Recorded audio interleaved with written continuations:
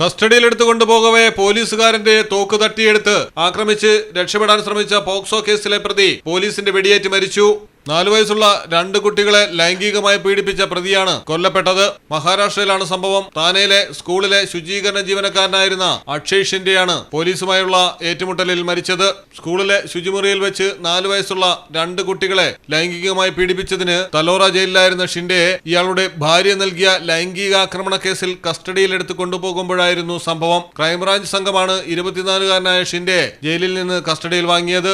താനെയിലേക്ക് പോയ സംഘം മുംബ്ര ബൈപ്പാസ് റോഡിലെത്തി ഷിൻഡെ ഒരു പോലീസുകാരന്റെ തോക്ക് തട്ടിയെടുത്ത് വെടിയുതിർക്കുകയായിരുന്നു. നിലേഷ് മോറ എന്ന പോലീസുകാരന് പരിക്കേറ്റു.